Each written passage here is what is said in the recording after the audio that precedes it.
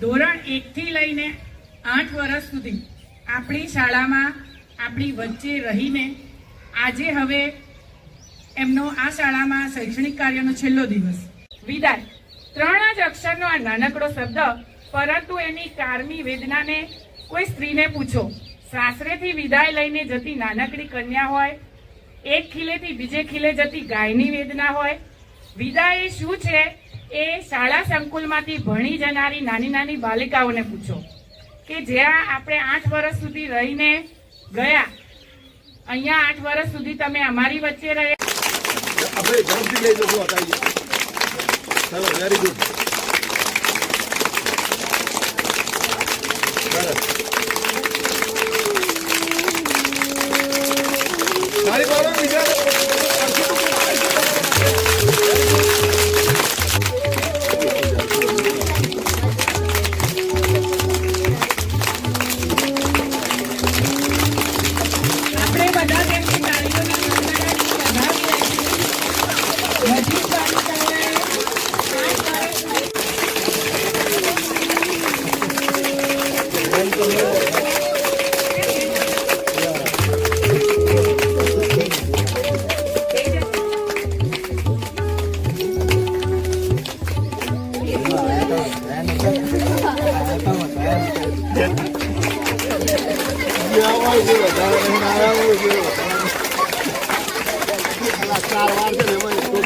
ધોરણ 7નો વિદ્યાર્થી ઠાકોર રાહુલજી પોતાના 2 શબ્દો અનુભવ રૂપી લઈને આવે છે. શુભેચ્છા સાથે આત્મવિશ્વાસ કેળવવાનું કહું છું કે તમારો આત્મવિશ્વાસ કે ધન સુકરવો જેટલો ઊંચો હશે તેટલું તમારું પરિણામ ગુણવત્તા સફળ રહેશે. હવે તમારી સફળતાના મહિને ચલવાનો સમય આવી ગયો છે.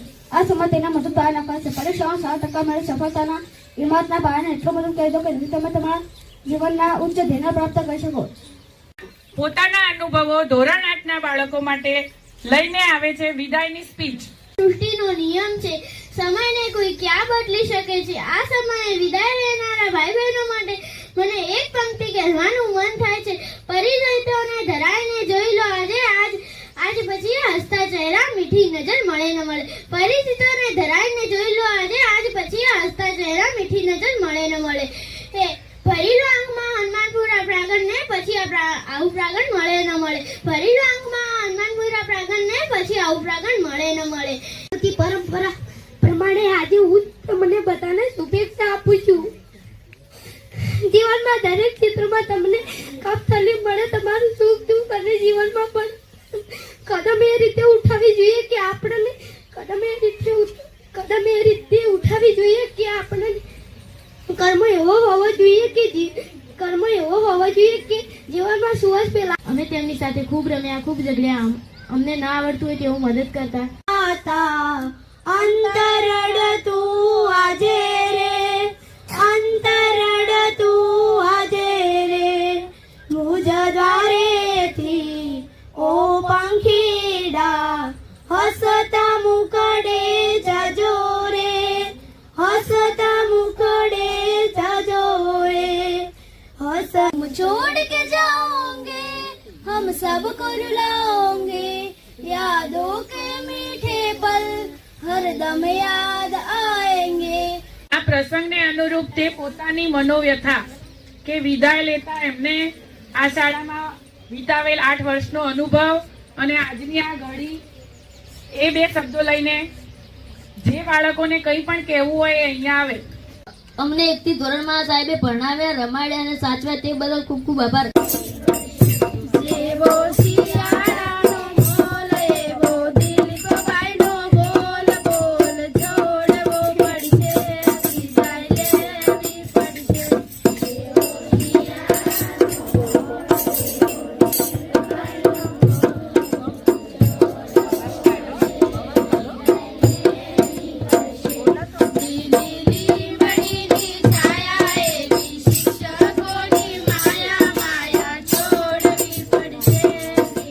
આચાર્યશ્રી, શિક્ષકગણ, વિદ્યાર્થી ભાઈઓ અને બહેનો અને વિદાય લેનારા આત્માના વિદ્યાર્થીઓ,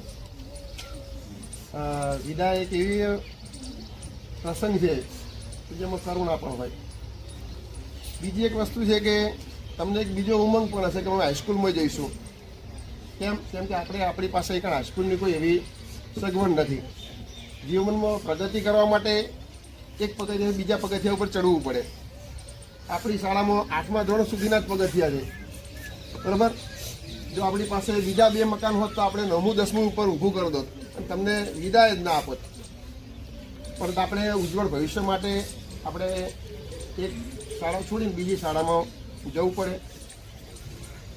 જ્યાં પણ જાઓ ત્યાં સખત મહેનત કરજો થોડું, અને તમારું નામ, તમારા માતા પિતાનું નામ, ગામનું નામ, શાળાનું નામ રોશન કરો.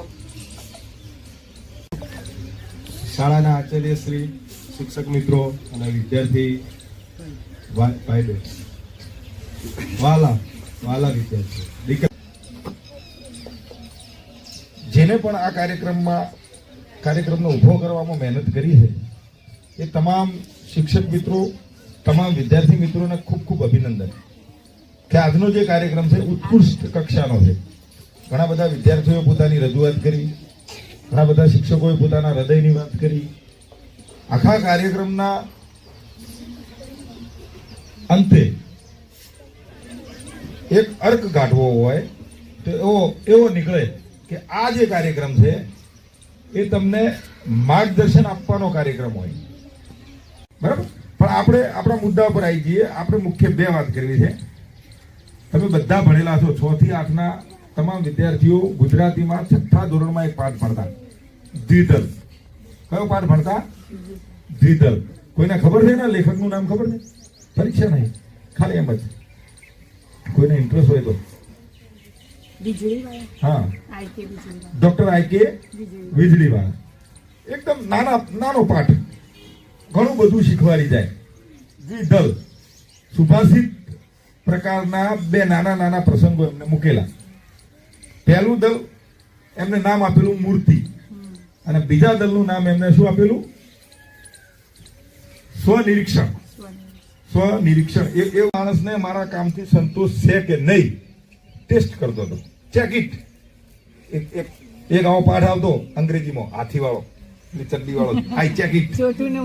એટલે એને પોતાના કામને ચેક કર્યું અને ખુશી ગર્વભેર જતો રહ્યો. એ પછી પેલા દુકાનદારને એટલી બધી નવાઈ લાગી કે કોઈ માણસ આટલી હદે પોતાના કામનું પરીક્ષણ કરી શકતો હોય, મૂલ્યાંકન કરી શકતો. આત્મનિરીક્ષણ કરવાની એક અલગ પ્રકારની ટેકનિક હતી આ. અચ્છા, 2 ઘટનાઓ એ પૂરી થાય છે. પહેલી ઘટનામાં શું શીખ્યા? આપણે જે કંઈ કામ કરતા હોઈએ એ કામ બીજું કોઈ જાણે કે ના જાણે, આપણે પોતે જાણતા હોય ને આપણા સિવાય કોણ જાણતું હોય છે?